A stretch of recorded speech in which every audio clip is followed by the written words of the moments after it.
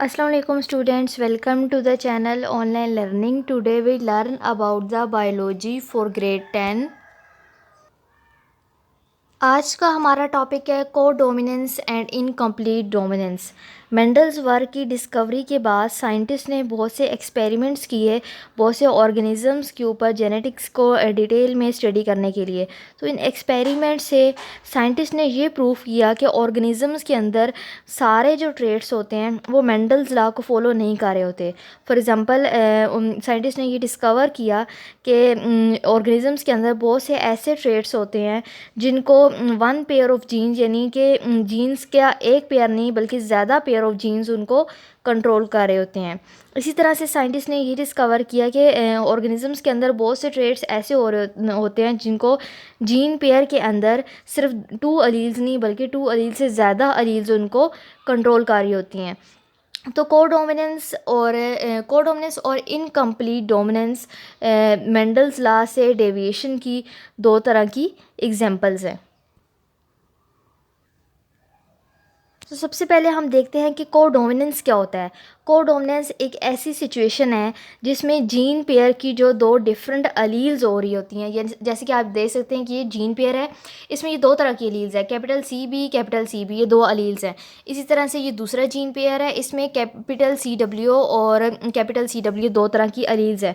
तो कोडोमिनेंस में ये होता है कि जीन पेयर की जो 2 अलील्स होती हैं वो अपने आप को कम्प्लीटली एक्सप्रेस कर रही होती हैं, यानी कि सी बी भी अपने आप को एक्सप्रेस कर रही है और सी डब्ल्यू भी एक्सप्रेस कर रही है, यानी कि वो अपने आप को कम्प्लीटली एक्सप्रेस करती हैं और उनके दरमियान कोई डोमिनेंट रिसेसिव रिलेशनशिप नहीं होता, जैसा कि उसने मेंडल्स ने अपने रूल्स में बताया था।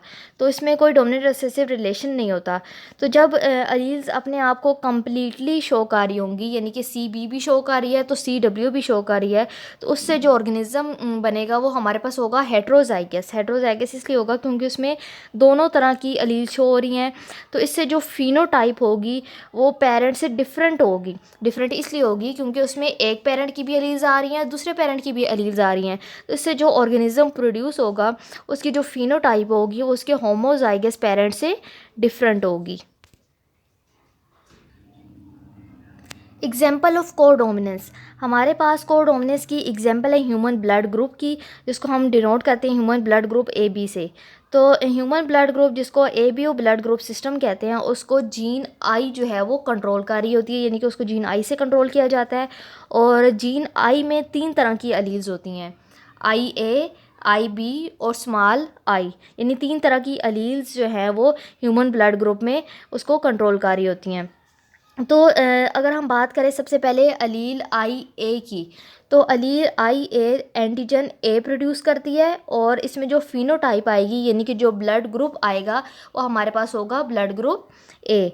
इसी तरह से अलील आई बी एंटीजन बी ब्लड में प्रोड्यूस करती है और इसमें जो फिनोटाइप होगी यानी कि जो हमारा ब्लड ग्रुप होगा वो होगा ब्लड ग्रुप बी। इसी तरह से जो स्मॉल आई की जो अलील है, यानी कि स्मॉल आई की जो अलील है वो कोई भी एंटीजन प्रोड्यूस नहीं कर रही होती, इसलिए जो हमारे पास जो फिनोटाइप आएगी यानी कि जो ब्लड ग्रुप हमारे पास शो होगा वो होगा ब्लड ग्रुप ओ। इसी तरह से अलील्स आई ए और अलील्स आई बी की बात करें तो अलील्स आई ए और आई बी जो है वो स्मॉल आई के ऊपर डोमिनेंट होते हैं और इसमें जो हेट्रोजाइगस जीनोटाइप होती है क्योंकि इसमें एक आई ए और एक आई बी है, यानी दोनों एक दूसरे से डिफरेंट हैं, ये एक हेट्रोजाइगस जीनोटाइप है। तो इसमें से जो दोनों अलील्स हैं वो अपने अपने एंटीजन प्रोड्यूस कर रही होती हैं, यानी कि आई ए एंटीजन प्रोड्यूस कर रही होती है और आई बी एंटीजन प्रोड्यूस कर रही होती है और इसमें कोई भी अलील दूसरे के ऊपर डोमिनेंट नहीं होती।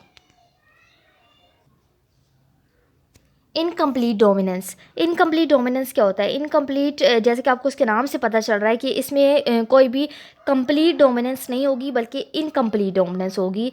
तो इनकम्प्लीट डोमिनेंस एक ऐसी सिचुएशन है जिसमें कोई भी हेट्रोजाइगस जीनोटाइप है उसके अंदर जो दोनों अलील्स होती हैं वो आपस में ब्लेंड कर जाती है, मिक्सचर बना देती हैं, यानी कि इसमें कोई भी अलील दूसरी अलील के ऊपर डोमिनेंट नहीं होती बल्कि हर अलील अपना थोड़ा थोड़ा पार्ट शो कर रही होती है और इनका जो एक्सप्रेशन है वो आपस में ब्लेंड हो जाता है। तो एज अ रिज़ल्ट इस ब्लेंडिंग से एक नई तरह की फिनोटाइप बनती है जिसको हम कहते हैं intermediate phenotype. Example of incomplete dominance. Incomplete dominance में हमारे पास एग्जाम्पल है 4 o'clock प्लांट की। 4 o'clock प्लांट में जो फ्लावर कलर है उसको दो तरह की अलील्स जो है उसको कंट्रोल कर रही होती हैं। रेड कलर का जो फ्लावर है उसको आर अलील कंट्रोल कर रही होती है और जो वाइट कलर का फ्लावर है उसको डब्ल्यू अलील कंट्रोल कर रही होती है।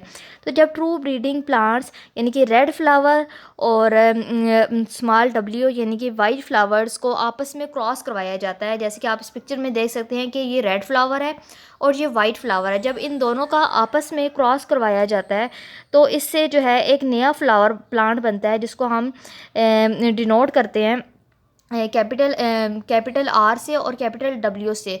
तो ये जो फ्लावर है इसका कलर जो है वो पिंक होता है। तो पिंक का मतलब ये है कि जो पिंक है उसमें रेड और वाइट कलर दोनों आपस में ब्लेंड हो गए हैं।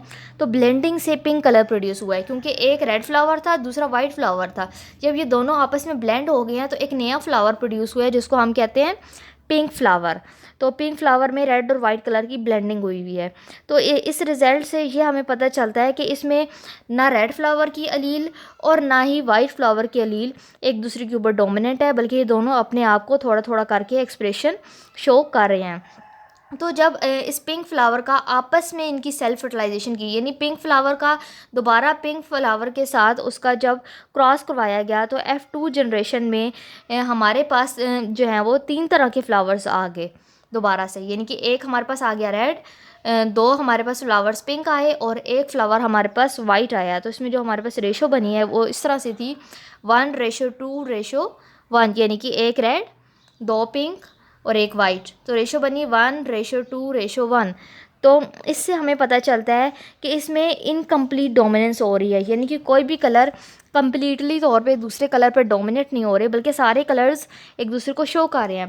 पहले रेड और वाइट का क्रॉस किया था तो पिंक कलर आ गया था, और जब पिंक का दोबारा से पिंक के साथ क्रॉस किया तो फिर 3 तरह के कलर्स आए, रेड, पिंक और वाइट। तो इस एक्सप्रेशन को हम कहते हैं incomplete dominance. I hope students you have gained the concept of codominance and incomplete dominance. If you like my video, kindly subscribe my channel. Allah Hafiz.